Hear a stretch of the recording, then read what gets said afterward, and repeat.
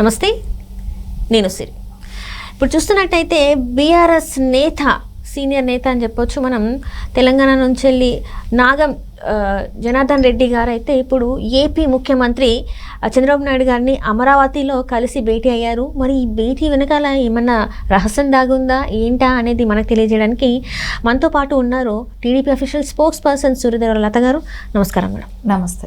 మనం ఇప్పుడు చూస్తుంటే తెలంగాణ బీఆర్ఎస్ నేత నాగం జనార్దన్ రెడ్డి గారు ఏపీ ముఖ్యమంత్రి చంద్రబాబు నాయుడు గారితో అమరావతిలో భేటీ అయ్యారు. ఈ భేటీ వెనకాల గల కారణాలు ఏంటంటారు? అసలు నాగం జనార్దన్ రెడ్డి గారు వచ్చి గతంలో అంటే ఆయన రాజకీయ జీవితమే వచ్చి తెలుగుదేశంతోనే స్టార్ట్ అయింది. సో ఆయన కలవడం పెద్ద వింతేమీ కాదు. ఆయన జనరల్గా ఇక్కడ హైదరాబాద్లో కూడా గత 3 years బ్యాక్ అట్లా ఆయన కలవటం జరిగింది బాబు గారిని.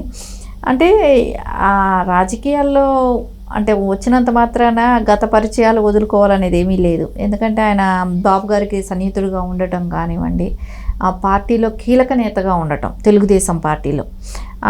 ఎప్పుడైతే తెలంగాణ ఇది ఇష్యూ అంటూ స్టార్ట్ అయిందో అప్పుడు ఆయన పార్టీని వేయటం జరిగింది. కానీ అంతకుముందు గతంలో అంతా కూడా ఆయన టీడీపీలో ఎన్టీఆర్ గారి టైం నుంచి మినిస్టర్స్గా ఆయన చేసుకుంటూ రావటం, నారా చంద్రబాబు నాయుడు గారి టైమే కానివ్వండి, ఆయన అత్యంత కీలక నేతగా ఉండటం, పోలిట్ బ్యూరో మెంబర్గా కూడా ఉండటం.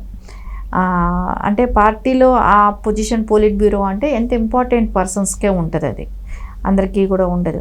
ఆ స్థాయిలో ఉన్న వ్యక్తి గతంలో చాలాసార్లు కూడా ఆయన ఎక్స్చేంజ్ మినిస్టర్గా కావచ్చు, అటవీ శాఖ మంత్రిగా కావచ్చు, ఆరోగ్య శాఖ మంత్రిగా కావచ్చు, అన్ని రకాలుగా కూడా ఆయన జాయింట్ స్టేట్ అంటే ఉమ్మడి ఆంధ్రప్రదేశ్గా ఉన్నప్పుడు ఆయన మినిస్టర్గా చేయటం కానివ్వండి, అవన్నీ ఆయనకి చాలా అవకాశాలు ఆ రోజున తెలుగుదేశం పార్టీ కల్పించటం కూడా ఎప్పుడూ కల్పిస్తూనే ఉంది. ఆ రకంగానే ఆయనకి నారా చంద్రబాబు నాయుడు గారితో ఉన్న అనుబంధంతో వెళ్ళి కలిసి ఉండొచ్చు. సో అది పెద్ద రాజకీయంగా అనేది అయితే ఏమీ అనిపించకపోవచ్చు. మేబీ ఇప్పుడు పెద్ద ఆయన కూడా అయిపోయాడు, రాజకీయాల్లో ఎక్కువ వస్తారా రారా కూడా పెద్ద అవగాహన లేదు. అంటే ఇక్కడ ఇట్లా వినిపిస్తుంది అంటే బీఆర్ఎస్ నేత కాబట్టి కేసీఆర్ గారు ఇక్కడ నుంచి ఏదైనా రాయబారం పంపించి ఉంటారు నాగం జనార్దన్ రెడ్డి గారితోనే చంద్రబాబు నాయుడు గారికి అని చెప్పేసి ఒక వార్త కూడా వినిపిస్తుంది. ఇందులో వాస్తవం లేదంటారా? మరి అంటే ఇప్పుడు ఆయన కలవాలి అని అనుకొని వచ్చినప్పుడు ఎలాగో కేసీఆర్ గారు పర్మిషన్ తీసుకోవాల్సిన అవసరం అయితే ఉండదు జనరల్గా. ఎందుకంటే ఆయన కేసీఆర్ గారైనా తర్వాత రాజకీయాల్లోకి వచ్చి ఉంటారు. కానీ నాగం గారు ఫస్ట్ నుంచి ఫ్రమ్ ద బిగినింగ్ నుంచి ఆయన రాజకీయాలు అంటే 83 టైం నుంచే వచ్చారు. ఆ టైంలో ఈయన గ్రామస్థాయి నాయకుడిగా ఉండొచ్చు, ఆయన అప్పుడే ఎమ్మెల్యే అయి ఉంటారు. సో అంటే ఇంపార్టెంట్ అయితే కొంచెం చూస్తే తెలుగుదేశంలో సీనియర్ నాయకుడి కింద చూసుకుంటే నాగం జనార్దన్ రెడ్డి గారి హ్యాండే అప్పర్ హ్యాండ్ ఉన్నది. సో ఈయన అంత పోలిట్ బ్యూరో స్థాయికి అయితే కేసీఆర్ గారి స్థాయి అప్పుడు లేదు. సో అందుకని ఖచ్చితంగా ఈ రోజున ఆయన ఎక్స్-సీఎంగా ఉండొచ్చు కేసీఆర్ గారు.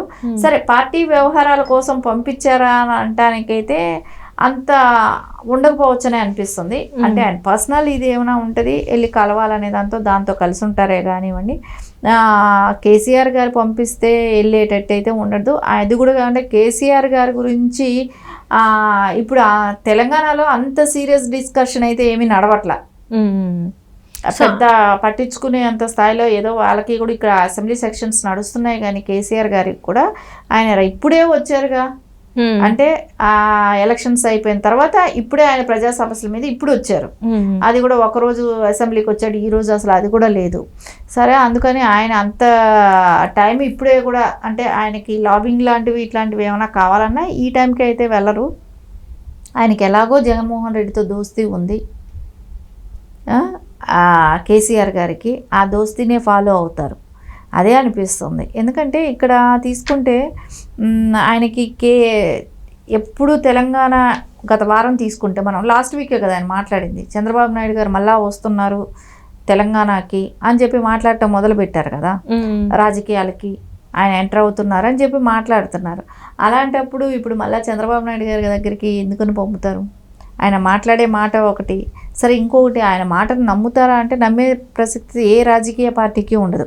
కేసీఆర్ గారు మాట మీద నిలబడరు, మాట ఇస్తే ఆ మాట మీద నిలబడరు. ఎందుకంటే గత ఆయన పరిపాలించిన 10 ఏళ్ళు చూసాం. ఆయన ఏం చేయాలనుకుంటాడో అదే చేస్తాడే కానీ నేను ఈ మాట చెప్పాను ఆ మాట మీద నిలబడతాను అనేది అయితే ఉండదు. అది కూడా మనకి ఎగ్జాంపుల్ ఒకటి, కాంగ్రెస్కి కూడా ఎన్నోసార్లు మాట ఇచ్చాడు, ఎన్నిసార్లు మాట తప్పాడు. నేను కాంగ్రెస్ పార్టీలో బీఆర్ఎస్ విలీనం చేస్తానని చెప్పాడు. అంటే అప్పుడు టీఆర్ఎస్ కాబట్టి విలీనం చేస్తానన్నాడు, చేయలేదు. సో ఇంకోటి దళితుడిని ముఖ్యమంత్రిని చేస్తున్నాడు. ఇట్లా రకరకాల మాటలు చెప్తూనే మభ్య పెడుతూనే వస్తున్నాడు తెలంగాణ ప్రజల్ని. సో ఆ రకంగా కేసీఆర్ గారు మాట తీసుకొని ఎవరైనా నమ్ముతారంటే ఏ రాజకీయ పార్టీ కూడా నమ్మే ఇదైతే ఉండదు. బీజేపీ కూడా నమ్మదు. ఎందుకంటే వాళ్ళు చూస్తున్నారు కదా, ఎగ్జాంపుల్గా అన్ని పార్టీలు, అది కూడా కాకుండా ఒక టైంలో బీజేపీతో బాగా ఉన్నారు. సో తర్వాత మోడీ గారే ఎవరని అన్నారు. వచ్చినా కూడా ఇక్కడికి వచ్చినా కూడా కలవకపోవటం. ఒక సీఎం హోదాలో ఉన్నప్పుడు ఒక ప్రధాని వచ్చినప్పుడు కలవాల్సిన అవసరం ఉంటుంది ప్రోటోకాల్ ప్రకారం. సో ఆయన కలవకపోవటం, ఇష్టపడకపోవటం, కలవాలని ఇష్టపడలేకపోవటం, ఇవన్నీ చూస్తే ఎలా అనిపిస్తుంది? ఆయనకి ఎవరు కూడా నమ్మేటట్లు లేరు. అంటే ఇప్పుడు నాగం జనార్దన్ రెడ్డి గారు కలిసింది కేవలం వ్యక్తిగతమే కానీ రాజకీయ అంశాలతో కూడిన భేటీ అయితే కాదు అని అంటారు. ఏదైతే ఖచ్చితంగా రాజకీయ అంశాలకి జోడించాల్సిన అవసరం లేదు. వ్యక్తిగతంగా సరే సీఎం అయిన తర్వాత ఫస్ట్ టైం కలిశారు కాబట్టి ఆ రకంగా కలిసి ఉండొచ్చు. అంతేగాని వ్యక్తిగతంగా కలిసిన దానికి రాజకీయాలకి జోడించాల్సిన అవసరం అయితే లేదని అనిపిస్తుంది. అంటే పాత పరిచయాలు, ఇంకొకటి ఏంటంటే సీఎం అయిన తర్వాత అప్పుడు పరిచయాలు బట్టి ఏదో అంటే మాట్లాడుకోవడానికి తప్ప ఇక్కడి అంటే తెలంగాణ రాష్ట్ర రాజకీయాలకి అక్కడ తీసుకెళ్ళి ఏదైనా చెవున వేయడమే కానీ, లేకపోతే అక్కడ నుంచి ఏదో ఆశించి ఇక్కడ కేసీఆర్ గారు ఏదైనా పంపించడమే కానీ ఏది లేదంటారు. అయితే మేబీ ఇప్పుడు తెలంగాణ రాజకీయాల గురించి ఇద్దరు సీనియర్ పొలిటీషియన్స్ కూర్చున్నప్పుడు ఒక చర్చ అయితే వస్తుంది.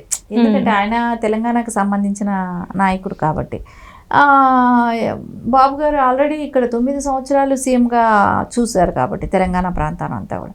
అంటే జనరల్ టాపిక్గా వస్తుందేమో కానీ దీనిలో కేసీఆర్ గారు ఏదో చెప్పి పంపించారు, కేసీఆర్ గారు రాయబారం బాబు గారితో డిస్కషన్ అనేది ఉండకపోవచ్చు అని అనుకుంటున్నాను. అంటే స్వతహాగా వేరే పర్సనల్ ఏమైనా ఉండొచ్చు, వేరే రకమైన ఇది. అంటే ముందు గతంలో పనిచేసిన అనుభవం ఉంది కాబట్టి ఆయనకి వెళ్ళి ఒకసారి కలియటమో విష్ చేయటం అనేవి ఉంటాయి కదా గత పరిచయాల దృష్ట్యా. అట్లనే ఇప్పుడు చూస్తున్నట్టయితే ఇప్పుడు మరి తెలంగాణలో మళ్ళీ టీడీపీ పుంజుకుంటుందని చెప్పేసి ఒక వార్త. ఎందుకంటే ఈయన సీనియర్ నాయకుడు కాబట్టి జనార్దన్ రెడ్డి గారు. సో ఇప్పుడు మళ్ళీ ఒకవేళ ఇక్కడ టీడీపీ ఒకవేళ రావాలి అనుకుంటే ఎలా ఉన్నాయి సిచ్యువేషన్స్, ఎట్లా ఉన్నాయి పరిస్థితులు, ఎట్లా ఉన్నాయి అని కనుక్కునే ప్రయత్నం చేసే అవకాశం ఉందంటారా? మరి ఖచ్చితంగా ఇక్కడ అదే నేను అనేది డిస్కషన్ అయితే రావచ్చు కదా. సో పార్టీ గురించి అయితే తెలుగుదేశం అనేది తెలంగాణలో కూడా ఎట్లా ఉంటుంది ఏంటి అనేది డిస్కషన్ అయితే రావచ్చు. అంతేగాని కేసీఆర్ గారు చెప్పి పంపే పని అయితే అయి ఉండదు. దాని గురించి అయితే అక్కడ డిస్కషన్ ఉండదు. ఒకవేళ కేసీఆర్ గారు మాట నమ్ముతారా అనేది అయితే నేను అనుకోవట్లేదు. ఎందుకంటే కేసీఆర్ గారు ఎవరికి మాట ఇచ్చినా ఆ మాట మీద నిలబడటం లేదనేది ఏ పార్టీతో కూడా సరే కరెక్ట్గా మీరు చెప్పండి, ఏ పార్టీతో ఆయన పొత్తుతో ఉండి కరెక్ట్గా దాన్ని ఫాలో అయిన పార్టీ ఏదైనా ఉందా? కలిసి వెళ్తారు, తర్వాత వాళ్ళకి నెక్స్ట్ టర్మ్కి అంతా కూడా ఆ పార్టీకి తనకి ఎప్పుడు కూడా కలవదు మళ్ళీ.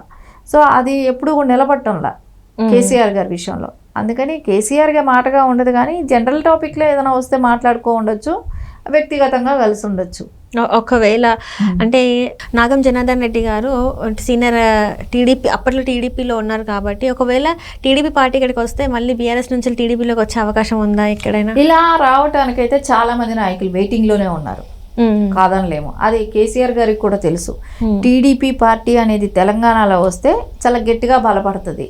అందుకని అతనికి ఎప్పుడూ కూడా మీరు చూడండి నేషనల్ పార్టీల మీద లేదు, కాంగ్రెస్ మీద ఉండదు, బీజేపీ మీద ఉండదు.